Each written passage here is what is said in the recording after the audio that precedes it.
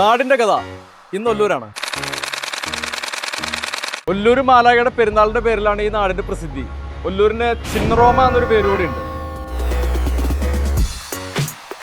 ഒല്ലൂപ്പള്ളിക്ക് പുറമെ രണ്ട് പ്രധാന അട്രാക്ഷൻ പോയിന്റ് കൂടി ഇവിടെ ഉണ്ട്. അതിലൊന്ന് റെയിൽവേ സ്റ്റേഷനാണ്, രണ്ട് തൃശ്ശൂരിൽ നിന്ന് എറണാകുളത്തേക്ക് പോകാനുള്ള മുമ്പത്തെ പ്രധാന വഴി എന്നുള്ള നിലയ്ക്കും. ഒരു കാലത്ത് ഓട്ട് കമ്പനികളുടെയും മരക്കമ്പനികളുടെ ഒക്കെ ആസ്ഥാനമായിരുന്നു ഒല്ലൂര്. ഇന്നതൊക്കെ പഴങ്കഥയാ. കണ്ടില്ലേ മുടിഞ്ഞ ട്രാഫിക് ബ്ലോക്ക്? ഇതും ഒല്ലൂരിന്റെ മുഖമുദ്രയാണ്. എന്ന് തീരുവോ? കണ്ടില്ലേ സ്കൂളുകള്?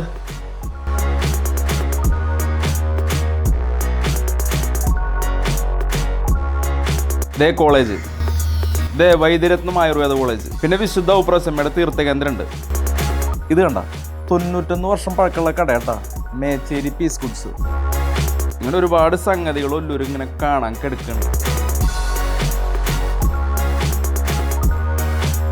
ഓരോ ഒല്ലൂക്കാരനും പറയാണ്ടാവും ഒരു ഒല്ലൂര് കഥ. ഒല്ലൂരിനെ പറ്റി നിങ്ങൾക്ക് അറിയാവുന്ന കാര്യങ്ങളെ താഴെ കമന്റ് ചെയ്യട്ടാ.